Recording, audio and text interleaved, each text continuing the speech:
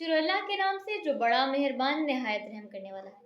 मेरा नाम सीदा वजिया ज़ारा है और जैसे कि आप सब जानते हैं कि सीदा वजिया ज़ारा जब भी आती है तो किसी न किसी इम्पोर्टेंट टॉपिक के ऊपर बात करती है।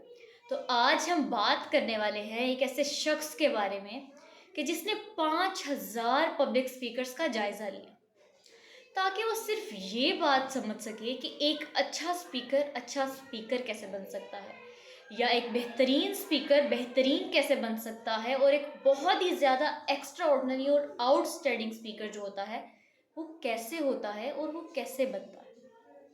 तो इस रिसर्च के बाद उसने 110 स्किल्स को फाइंड किया, कुछ ऐसी स्किल्स, कुछ ऐसी टेक्निक्स को ढूंढा जो कि एक स्पीकर को बहुत ही ज़्यादा पावरफुल बना सकती हैं।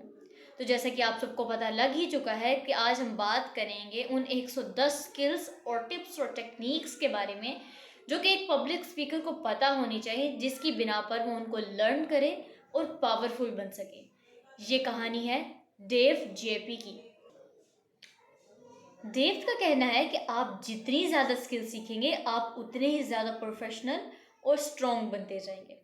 इसके बाद डेव ने एक चेयर की एग्जांपल लेते हैं कि चेयर, इमेजिन करें ये जो चेयर है ये आपका आइडिया है, ये वो बात है जो आप लोगों को एक्सप्लेन करना चाहते हैं, ये वो बात है जो आप लोगों को बताना चाहते हैं।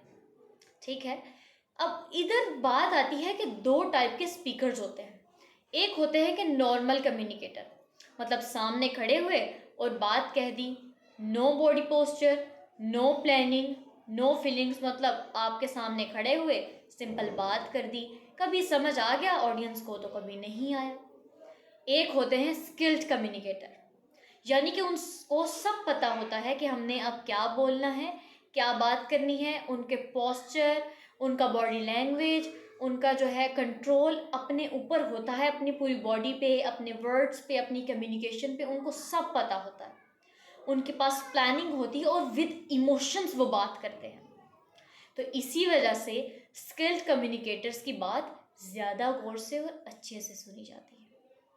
अगर हम इधर थोड़ी सी बातें ऐड करें, वो ये कि सबसे पहले अगर आप सामने थोड़ी गर्दन झुका कर बैठेंगे और फिर बात करेंगे तो ये कहता है कि आप ट्रस्टेड बंदे हैं और बात जो आप कर रहे हैं वो इम्पॉर्टेंट बात है। और इसके बाद जब आप बात के बाद पॉज देते हैं तो यानी कि जो आप बात करने वाले हैं उस पे बंदों का फोकस हो।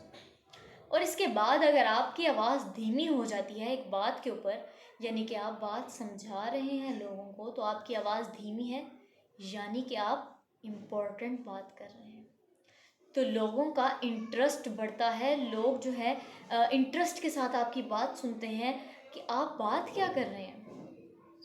तो ये होते हैं स्किल्ड कम्युनिकेटर की कुछ टेक्निक्स जो कि सबको फॉलो करनी चाहिए।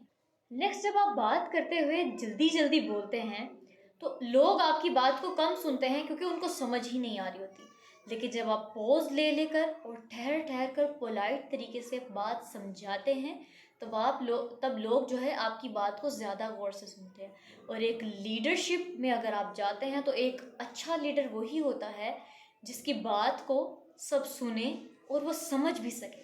यानी कि अगर मैं आपसे बात कर रही हूँ तो आप लोगों को ये समझ भी नहीं आएगा, लेकिन अगर मैं आपसे इस लहजे में बात करूं तो आप इस चीज़ को अच्छे तरीके से समझ भी सकते हैं और आगे अगर बंदे को एक्सप्लेन भी करना हो तो आप एक्सप्लेन भी कर सकते हैं।